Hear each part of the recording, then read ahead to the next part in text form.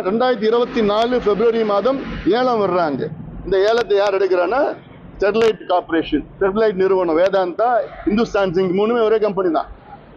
ஸ்டெர்லைட்டை தூத்துக்குடி மக்களை வாழடித்து இந்த Sterlite company தான் இதை எடுக்கிறாங்க ஏலம்.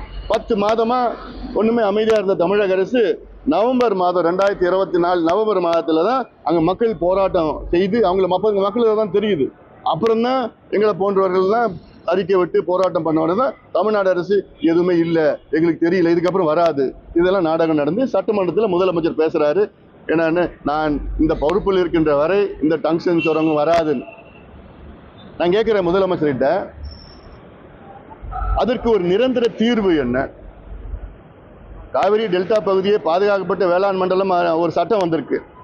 அதே போன்று அந்த பக்கம் அந்த பகுதியில் பல்லுயிர் புராண பாதுகாக்கப்பட்ட மண்டலமாக, பயோடைவர்சிட்டி ஹெரிட்டேஜ் ஜோனாக அந்த பகுதியை ஒரு சட்டமாக கொண்டு வந்து காப்பாற்றணும், பாதுகாக்கணும். இது முதலமைச்சர் செய்வாரா? அங்க மக்களுடைய விருப்பமே இதுதான். ஏன்னா அந்த பகுதியில் 70 ஏரிகள் இருக்கு, 3 தடுப்பணைகள் இருக்கு, 200க்கு மேல சுனைகள் இருக்கு. சுனைனா ஸ்பிரிங், தானா தண்ணி இப்படி வெளியில வருது. அங்க 250 வகையான பறவைகள் அங்க பகுதியில் வருது. அங்க 70 கோவில்கள் இருக்காங்க. அது இல்லாமல் பாரம்பரியமான நம்முடைய அடையாளங்கள், சின்னங்கள், தமிழர்களுடைய அடையாளங்கள் 2600 ஆண்டுகளுக்கு முன்பான சின்னங்கள் எல்லாமே இருக்கு, அந்த பகுதியில் இருக்கு. இங்க போய் டங்ஸ்டன் சுரங்கம் ஏன் வரணும்? எதுக்கு அனுமதி கொடுக்கணும்?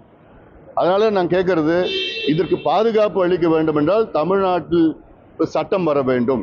வருகின்ற ஜனவரி மாதம் 6ஆம் தேதி தமிழக சட்டமன்றம் கூடுகிறது. இந்த சட்டமன்றத்தில் அந்த பகுதியை, அரிட்டாப்பட்டி பகுதியை உட்பட 5000 ஏக்கர் நிலத்தை பாதுகாக்கின்ற ஒரு சட்டத்தை முதலமைச்சர் அவர்கள் கொண்டு வர வேண்டும். உண்மையிலே அந்த மக்கள் மீது, அந்த மண் மீது நம்முடைய தமிழர்களுடைய அடையாளங்கள் அப்படியே பாதுகாக்க வேண்டும் என்றால் இந்த சட்டத்தை முதலமைச்சர் கொண்டு வரலாம், கொண்டு வர வேண்டும்.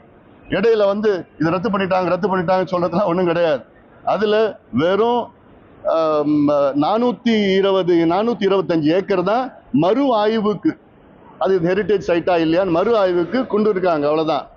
மீதி இருக்கிற கிட்டத்தட்ட ஒரு 4500 4600 ஏக்கர் அப்படிதான் இருக்கு.